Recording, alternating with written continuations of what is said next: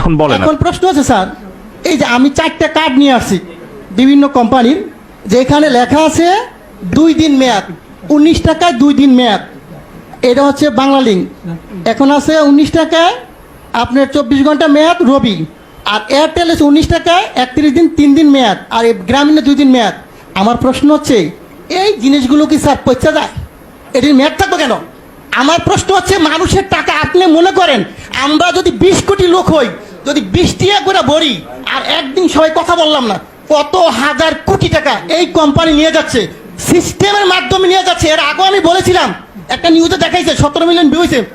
ওদিন থেকে উচিত ছিল এই সিস্টেমটাকে বাংলাদেশে বন্ধ করে দেওয়া। আমি বারবার বলেছি গরিব মানুষ ভিক্ষা করে, সে 20 টাকা ভরে। আপনি হয়তো জানেন না, আজকে বললাম সে তার মা মারা গেছে, বাপ মারা গেছে, সে কথা বললো না, তার মানে আমার টাকা চলে যাবে? হয় কেন? এই গ্রামীণ ফোন কোম্পানি বা অন্য কোনো কোম্পানি এরা কারা? এরা আপনাদেরকে না জানে হাজার হাজার কোটি টাকা সিস্টেমের মাধ্যমে নিয়ে যাবে। এটা কিন্তু স্যার সহ্য করার মতো না। প্রথম প্রশ্ন হচ্ছে এটাকে আজকের মিটিং এর পর থেকে কিছুক্ষণ পরের মতো আপনারা দিবেন, যাতে বাংলাদেশের কোনো জনগণের একটি টাকা যাতে না যায়। এটা আমার দাবি। কত হাজার কোটি টাকা আপনি এই ব্যবসাটা আমাকে দেন, লাইসেন্সটা আমাকে দেন। আমার যে ব্যবসায়ী আছে 15 লক্ষ বাংলাদেশ, আমি কিন্তু লাইসেন্সদারি প্রতিষ্ঠান, আমার এফবিসিসি এর মেম্বার। এই লাইসেন্সটা আমাকে দেন, আমি বাংলাদেশে ব্যবসা করি। এই টাকা আপনার সরকারি খাতে কত টাকা লাগে আমি দিব, এই কোম্পানিকে পাচার করার জন্য দিব না স্যার।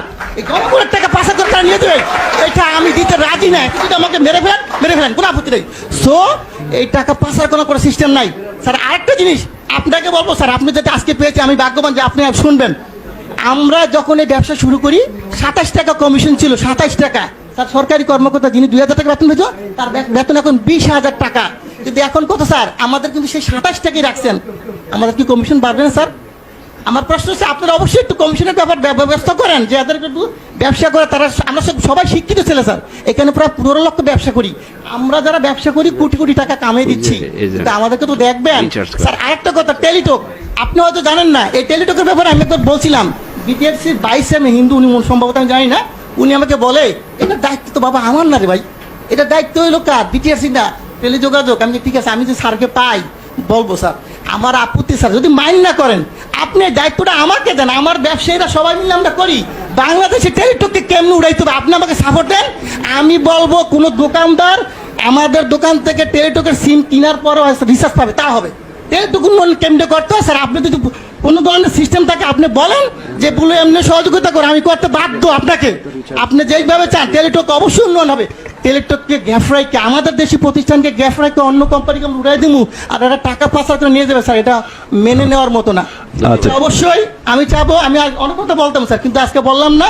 এই বিষয়টা আমি চাই যে আপনি টেলিটকের উন্নয়ন করেন, দেশের টাকা দেশে থাকুক। আর এই গ্রামীণ কোম্পানি বা অন্যান্য কোম্পানি মিনিট যে সিস্টেম করে নিয়ে যাচ্ছে, এটা স্যার বন্ধ করে দেয় আজকে থেকে।